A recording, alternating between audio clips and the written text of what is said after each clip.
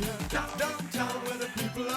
back to the No Morning Show here on CTT. I am Natalie Lagore, and we're going to be speaking with Gregory Aboud right now, president of the Downtown Owners and Merchants Association, about the reopening of the retail sector that's happening the 16th of August. Good morning to you, Mr. Aboud. Yes, thank you very much. Good morning to you. And thank you so much for joining us. To all your viewers. Yes. So talk to us. When the announcement was made on Saturday, what was the feeling? Oh, well, I mean, obviously great relief. We were concerned because the Prime Minister had said that he would not be speaking on that Saturday. And we were very grateful that the news came from the Minister of Health. Such announcements have not prior or previously come from the Minister of Health. So great sense of relief and great sense of anticipation. You know the story. Now, before we go into the vaccination, which I think is just really going to affect, you know, how people do business going forward, even with the sector reopening, let's talk about the 3 months of lockdown and how that affected businesses and owners.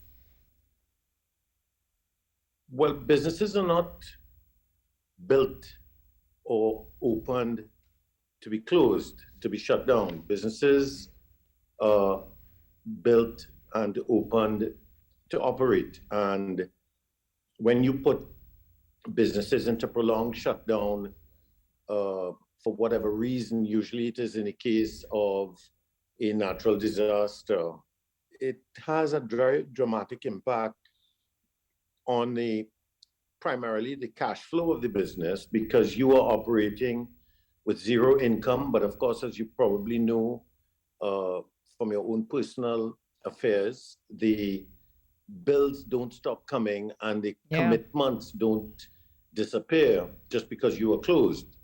So we have had to deal with a barrage of commitments. In most cases, the most serious of those were financial liabilities, loans, mortgages, and financial commitments.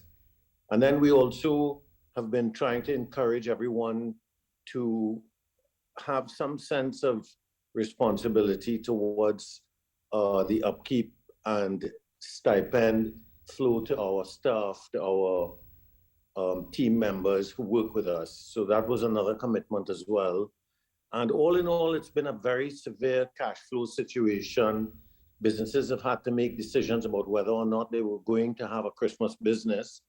And by that, I mean many businesses have to make commitments for Christmas offerings, for Christmas products. Those decisions have to be made right at the very time that we were shut down.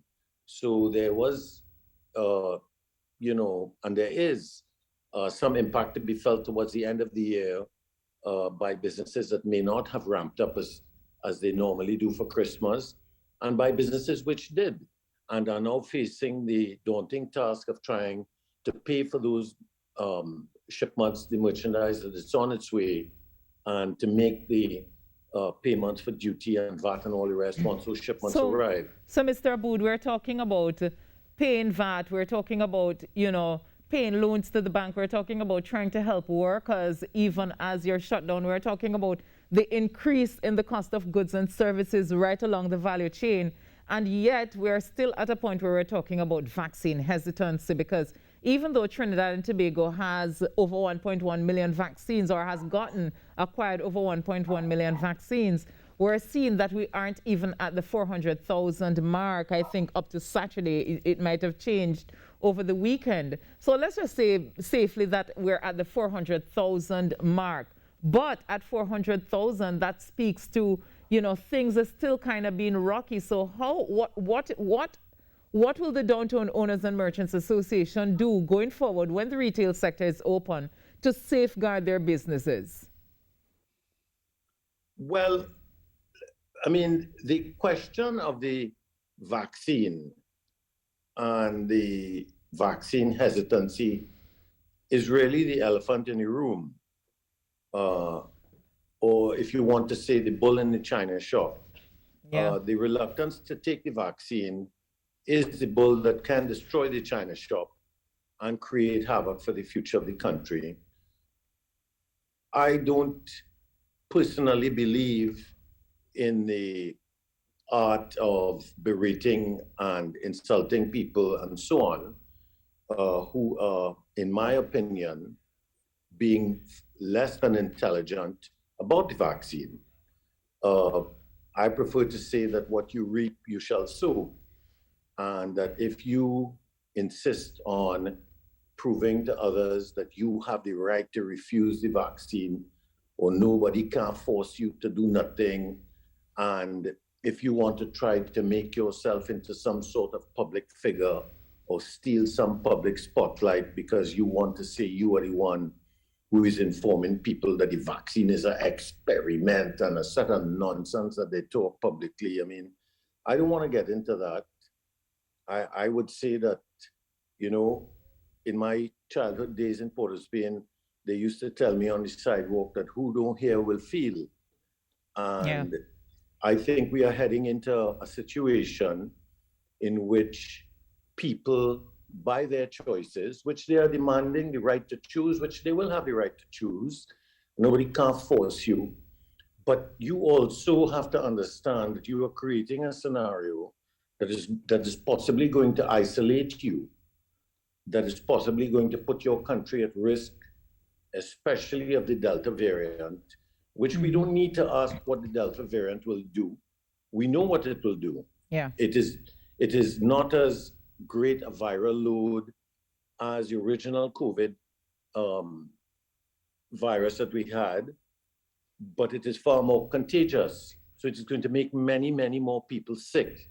And it is going to do that in 99.4% of the cases of unvaccinated people. Yeah. So if you are unvaccinated and you want to parade around the place and tell people that nobody can't force you what to do, you will actually be forcing people into actions that eventually will remove your choices or perhaps create a situation that will make life perilous for all of us by causing us to But have you a know, full Mr. shutdown. Aboud, I have to tell you what is amazing to me is that there are a lot of people who are complaining. We're hearing that there are more people who have gone into poverty because they've been out of jobs. You know, there are so many people who would have been in the informal sector, even in the formal sector, that earn a little bit of money and therefore probably would have been out of work for such a long time. So it's amazing that we have all of this hesitancy when some of these same people are people who need to go back out to work, who need to be able to be in a position to earn. But my question to you is, what will the policy of DOMA be regarding vaccination? Will it be implementing mandatory vaccine, to its staff? What will the policy be going forward? I mean, we will probably be guided by the rules which the authorities prescribe for the country. And we know that in other societies, rules are being prescribed. We know that in New York City, you cannot go to a restaurant for dining if you are not vaccinated. You can't go to the cinema or the theater. There are discussions taking place now about public transportation, the subway, and so on. So that might very well come here in Trinidad and Tobago and in other islands, if in fact people continue to want to stand on this issue about their rights and so on. The reality is that we don't want to be part of any protocol that obligates people or that tells people, they have no choice and so on. But for instance, we already impose rules. We tell you cannot smoke on the premises. We tell you no eating and drinking in the premises. We certainly, I think, can decide right here and now on this morning show that almost no business is going to want to hire any new staff if they are unvaccinated. That is certainly a thought for most people who might be looking for a job. Yeah. Who may not have had a job prior to the shutdown and are in a situation now where they will be going out to look for a job that businesses are reopening. It is going to be a case of, I think, without any question, of companies asking the question, are you vaccinated or not? There's no law against that. You can't force anybody to hire anybody. It is their choice upon to make that decision. So And there are ramifications. in the absence of workers deciding to take the vaccine, what about that idea of, taking that PCR test? Is that something that DOMA will look at? I know that it's expensive. I know that a lot of these people don't earn the kind of money that will afford them, to be able to afford these PCR tests. But to protect the workforce and to protect the business, because as you said, we cannot afford a third lockdown. If not the vaccine, will you be implementing the PCR testing? I have a problem personally with wanting to obligate people who, in the lower quadrant of earnings to take an $800 test every fortnight.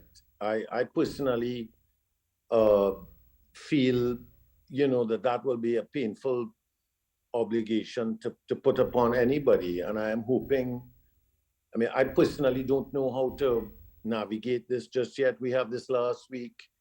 All of us have our own businesses that we are trying to reopen and trying to come up with policies that will assist our staff and their families and ourselves and help us to start meeting our liabilities again. I'm not sure what to say about that PCR test. It seems logical that, that it is the clearance certificate, so to speak, that people will need to produce to travel and maybe to go, to state institutions and so on. I am really hard pressed to want to obligate anybody. And I think it is a compassion which we have had for the working people of the country, which should earn us the right to say that in the interest of the working people, that you are being misled by those who want to say that they care about you. Because sending you out into the world without a vaccine is leaving you unprotected in an environment in which you will become more sick and you will be more likely to become sick than anybody else who is vaccinated. I myself am vaccinated, and I have had very, very little impact. The major impact that I can say I have felt in my life has been that when I am out, I feel protected. When I am with people, I feel protected. When I think about the COVID-19 virus, I think that I am less likely to get it. And if I get it, I will be far less ill or far less sick than anybody else. It is similar to you putting burglar proofing on your windows. You are safer if you stay at home, if you open your windows because you have burglar proofing. So you are safer if you go out. You are safer because you are vaccinated.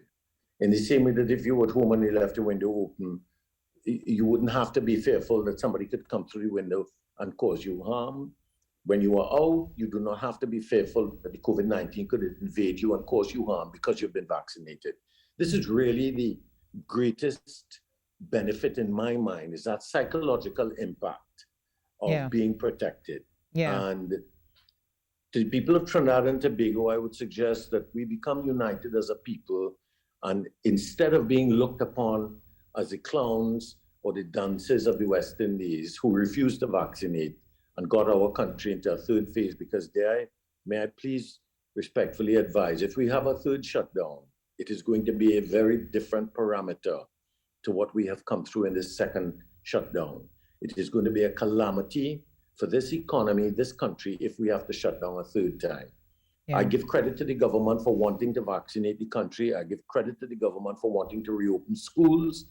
You, the unvaccinated, could actually be the cause of our children not being able to go back to school for yet another term if this thing gets out of hand again.